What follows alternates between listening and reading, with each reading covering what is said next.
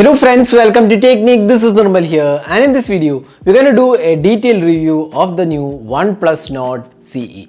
Now OnePlus Nord CE is the latest offering in the more affordable segment from OnePlus after launching the OnePlus Nord last year. Now OnePlus Nord had a Qualcomm Snapdragon 765G chipset and Oxygen OS. Now this device also has pretty good hardware. It's a slight downgrade from the Snapdragon 765G on the OnePlus Nord to the Snapdragon 750G on the OnePlus Nord CE. Now we have a triple camera setup and we get the same AMOLED 90Hz refresh rate display, and we get the 30T warp charging.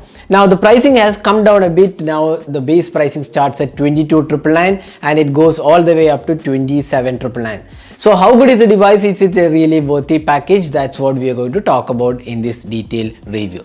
So before getting started, if this is your first time on this channel, do hit that red subscribe button and also hit the bell icon to get notified of all the videos we publish.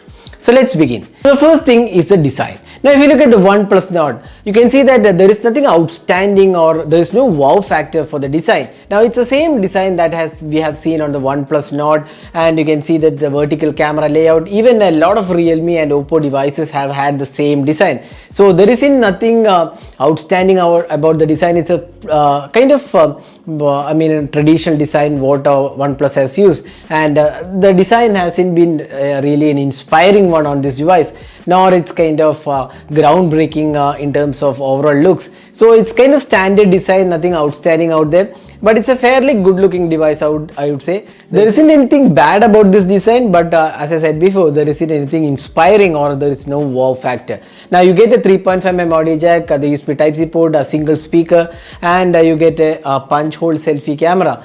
Apart from that, you don't get the alert slider here. That's something which is missing. In display fingerprint scanner, power and volume rocker keys, SIM tray. It's a dual SIM card slot, so it's a fairly well equipped device in terms of other features, hardware features being offered. Also 3.5mm audio jack is available. That's a pretty good thing. Now in terms of build quality also, you can see that there is a downgrade. We had a glass finishing with a plastic chassis on the OnePlus Nord. Now OnePlus Nord CE comes with a completely polycarbonate device. Its back panel is also polycarbonate, and you get a plastic chassis. Now, but one good thing about the OnePlus Nord CE build quality is that the plastic material is pretty good. It's a matte finish and it does give a good feel altogether. It does not attract fingerprint, and as a result, it actually feels pretty good overall in terms of build quality. So even though it's a downgrade from a glass finishing, I would say it's not a bad decision altogether, but it feels quite good. And there is a cost cutting obviously, but it feels quite good in terms of build quality. Now next, let's talk about the display. Now one of the good things about OnePlus devices is the optic AMOLED displays. Now here also you get a 90Hz refresh rate, and the display panel is definitely one of the good things about this device. It's a 90Hz refresh rate and the display quality is really good. Even outdoor visibility is really good. The blacks are pretty deep. That's because of the AMOLED panel. The colors are well tuned, although you do get some options in the settings to fine tune the color settings, and you can go with the vivid or vibrant color options. But otherwise also it's a very good display. The touch response is very smooth, and overall display quality is definitely one of the best in this price segments we have seen. So in terms of display experience, we feel this is a really good display. Even if it is indoors or if it is outdoors, the display is definitely one of the good aspects. Although competition has moved ahead in terms of 120Hz refresh rate, this is offered as a standard 90Hz refresh rate. So that's one thing which OnePlus has again cut down in terms of refresh rate. So that's the display. Now display protection, we have a dragon trail glass. We are not really sure about any other protection offered. We have checked with OnePlus. It's a dragon trail glass which is offered here. Now next, let's talk about the software. Now all the OnePlus devices, whether it's a 50K device or a 25K device, one of the things which most of the people love is the experience. Now here also you get the Oxygen OS 11 on top of Android 11. Now Oxygen OS 11 is one thing which many people love because of the fluidity and the experience it offers. Ad-free UI, very slick and smooth to use the device. Here also you get a really good device in terms of software experience, and if you look at the settings, you get the option to customization. You can customize the accent color, system icons, there is horizon light, fingerprint animations are there. Then you do get some buttons and gestures, navigational gestures and quick gestures are also supported. If you go to the utilities, you get the work-life balance, parallel apps, app locker, pocket mode, and a lot of options are included. So it's a very good UI and one of the best Android implementations right now, the Oxygen OS. So in terms of software experience, this is a really good and polished UI without any sort of issues we faced when we used the device for almost like more than a week now. So software experience is definitely great and one of the best softwares to work on in this price segment. Now talking about the performance, now we have a Qualcomm Snapdragon 750G octa-core processor with either 6, 8 and 12 gigs of RAM. Now it's an LPDDR4X RAM and UFS 2.1 storage support. Now competition has moved with 2.2 storage, but this is 2.1 storage. Now you don't get an SD card support, but you get 128 and 256 gigabyte storage being offered. Now performance is pretty good, even though it's a downgrade from 765. The 765 and 750G are quite good chipsets in this price segment, in the 20 to 30k price segment, and this performs really well. Extremely smooth performance all around. We do not see any sort of lag or heating issues in day-to-day usage. Even if you look at the gaming experience, it's quite satisfactory experience, even though it may not be the most powerful device out there in terms of gaming experience. It performed quite well. Now battery drain with the gaming was slightly on the higher side, almost 17% drop in around 50 minutes of gaming, which is slightly on the higher side, but otherwise this device performs quite well in terms of gaming as well. So now we have done a detailed gaming video. You can also check out that video. Now next, the fingerprint scanner. Now the fingerprint scanner performance is really good. You can see that it unlocks the device in pretty good time. It may not be the fastest out there, but again you can see that it is quite good, and face unlock is also really fast on this device. Now speaker performance, it comes with only a single speaker. There is no dual speakers or stereo speakers, so that's something which OnePlus should have done better, because this speaker output is kind of average at its best. It may not be, the output is loud enough, but the quality of the output is very impressive. Now there is no IP certification included, nor it comes with any wireless charging kind of features, because those features are not kind of found in this price segment, although IP53 is found on a lot of phones.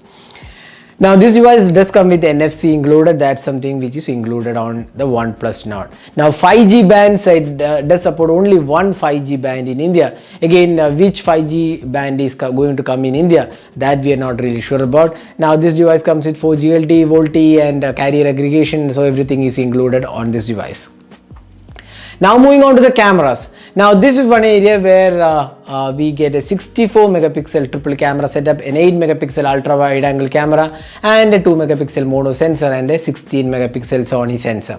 Now the rear camera sensor is an OmniVision sensor. It's a 64 megapixel OmniVision sensor. Now we have done a detailed camera review of this device, found the camera to be quite a good one in terms of daylight conditions. Although the color balance, white balance was not really accurate, although there was some kind of purple hue happening. And now the detail provided in the shots are quite okay. There is decent amount of detail. The colors are kind of okayish, and overall quality in terms of daylight conditions was pretty good. So not much to complain, but again not a great camera out there, but most people won't be disappointed with the daylight shots. Even in the close-up shots you can see that it's quite good. The details are good. There is no macro sensor available here. Now ultra wide was not really that impressive. The 8 megapixel was kind of okayish. Now in terms of portraits, it again was quite okay, although once again the white balance was messing up a lot in terms of color reproduction. Now apart from that, low light performance was definitely disappointing. That's one of the weakest things about this device. The low light performance is strictly average, or in fact you can say below average, and the hue, the purple hue was more or less evident in the photos. So that's something which OnePlus needs to work on. Now the selfie experience is definitely good, good sharp selfies and with good dynamic range, good colors. good sharpness levels as well. Now video recording was once again quite okay. So we have done a detailed camera review, you can check out that video as well. So overall we feel cameras are kind of average at its best. Now finally the battery life. Now this device comes with quite a good battery life. You also get a Warp 30T charging, 4500 mAh capacity battery, and we got like screen on time of around 7 hours and slightly above a day battery life in our usage, which is really good for this screen size. It's 6.43 inches. It's pretty compact use, and in terms of battery life this was quite good, and 7 hours of battery life, close to 7 hours. Again, it depends upon person to person. So again we would say around 6 to 6.5 hours should be easily possible with this device, and charging time was 1 hour and 5 minutes is what we took for the complete charging. So that is a detailed review of the OnePlus Nord CE. Now summing up the good aspects. Now good aspects including it's a pretty compact device, sleek device in terms of usability wise. It feels actually quite compact. Then display is good, software experience is excellent, performance is definitely good, battery life is really good, and there you get the Warp 30T charging along with one of the cheapest OnePlus smartphones available right now. Now those were the pros. Now cons, or rather the downsides of the device. The most important downside is the camera. Now the camera performance is strictly average, and this has been the case with most of the OnePlus smartphones. Even the OnePlus Nord was also strictly average. Now other things which are missing is that the design looks kind of outdated, nothing outstanding about the design. Now apart from that there is no stereo speakers on this device, and the device is a bit expensive, and you don't get a 120Hz refresh rate at this price segment. Now if you look at the competition in India, it is a bit expensive. That's the downsides of this device. Now should you buy it? Now if you're looking for a OnePlus experience or the Oxygen OS experience with a good display and good performance all around, this is definitely a device to go with. But if you're looking for camera experience, then this is definitely a big no from our side, because the cameras are kind of strictly average. There are much better cameras out there in this price segment. So if experience, software experience, ad-free experience and a good performance and good battery life matters for you, then the OnePlus Nord is a good device to buy. But if you're looking for camera or a kind of outstanding design or build quality, then the OnePlus Nord, or even the value for money aspect, then the OnePlus Nord might not be the best out for you. So hope this video was useful. Do hit that like button and also hit the red subscribe button for more videos. Thanks for watching. Hope to see you in our next video. Have a great day.